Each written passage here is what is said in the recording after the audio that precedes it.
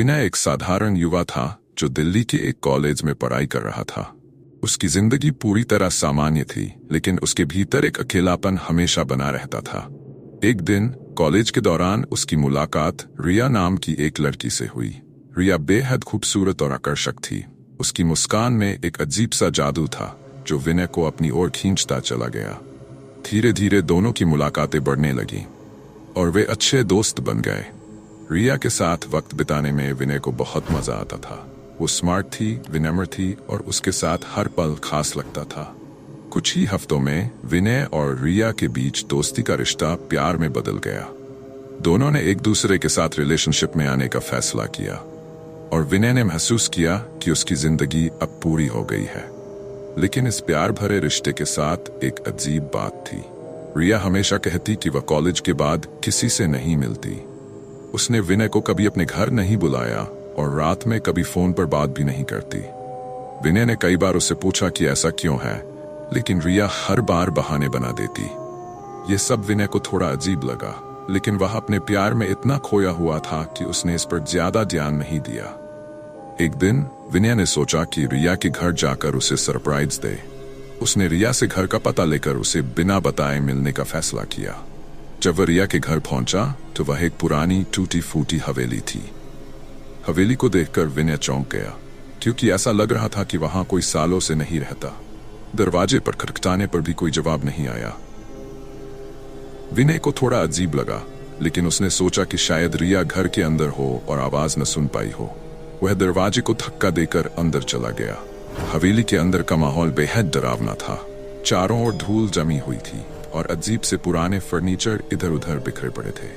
हवेली में हर तरफ अजीब सी खामोशी थी। विनय ने रिया को आवाज दी, रिया, रिया तुम कहाँ हो? कोई जवाब नहीं आया। हवेली के अंदर कदम बढ़ाते हुए विनय को ऐसा महसूस हुआ जैसे कोई उसकी निगरानी कर रहा हो। अचानक हवेली के एक कोने से धीमी धीमी रोशनी चमकी। विनय ने सोचा कि शायद रिया उसी कमरे में है और वह उसी तरफ बढ़ा। जैसे ही वह कमरे के पास पहुंचा, दरवाजा अचानक से अपने आप खुल गया। कमरे के अंदर की तस्वीर बेहद डरावनी थी। वहां चारों तरफ धूल और जाले थे और एक पुराना शीशा दीवार पर लगा हुआ था। लेकिन सबसे अजीब बात यह थी कि उस शीशे में रिया खड़ी थी। विनय ने चौंक कर उसे देखा। रिया, तुम यहाँ क्या कर रही हो? विनय ने डरते हुए पूछा। रिया ने धीरे धीरे मुड़कर विनय की तरफ देखा। उसकी आंखों में कुछ अजीब सा था। उसकी मुस्कान ठंडी और बेजान थी। मैं तो हमेशा यहीं रहती हूँ विनय, उसने धीरे से कहा। उसकी आवाज में एक ठंडक थी जिसने विनय के शरीर में सिहरन पैदा कर दी। विनय ने पीछे मुड़ने की कोशिश की, लेकिन उसके पैर वहीं जमे रह गए। रिया की आंखें अब गहरी काली हो चुकी थी और उसका चेहरा विकृत हो गया था। उसके होंठों पर खून की धारियां साफ दिख रही थीं। विनय का दिल जोर से धड़कने लगा। तुम्हें यहां नहीं आना चाहिए था, रिया ने डरावनी आवाज में कहा। अब तुम भी मेरे साथ यहीं रहोगे। विनय ने किसी तरह अपनी हिम्मत जुटाई और भागने की कोशिश की। वह दरवाजे की तरफ दौड़ा, लेकिन दरवाजा बंद हो चुका था। हवेली की दीवारों से अजीब अजीब आवाजें आने लगीं। हवा में ठंडक और भयानकपन बढ़ गया। विनय का दिल घबराने लगा और उसने दरवाजा जोर जोर से पीटना शुरू किया। तभी उसे अपनी पीठ के पीछे किसी के सांस लेने की आवाज आई। वह मुड़कर देखना नहीं चाहता था, लेकिन उसके पैरों ने उसे रोक दिया। जब उसने डरते डरते पीछे देखा तो वहां रिया नहीं, बल्कि एक पुरानी भूतिया आकृति खड़ी थी। उसका चेहरा विकृत था और आंखों से खून बह रहा था। उसकी हंसी विनय के कानों में गूंज रही थी। तुम मुझसे प्यार करते हो ना विनय? वह आत्मा हंसी में पूछ रही थी। तो अब हमेशा के लिए मेरे साथ रहो।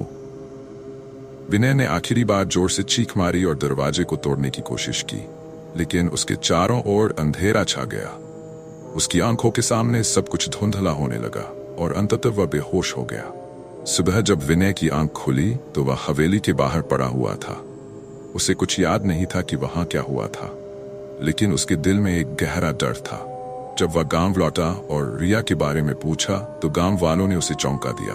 उन्होंने कहा, रिया, उस नाम की लड़की तो यहाँ सालों पहले मर चुकी है। उसने इसी हवेली में आत्महत्या की थी। तब से उसकी आत्मा वहां भटक रही है। विनय के दिल में सिहरन दौड़ गई।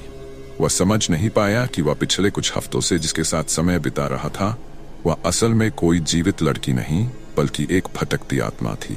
उस दिन के बाद विनय कभी उस रास्ते पर नहीं गया, लेकिन वह हर रात रिया की ठंडी डरावनी आंखों और उसकी हंसी को अपने सपनों में देखता और सुनता था।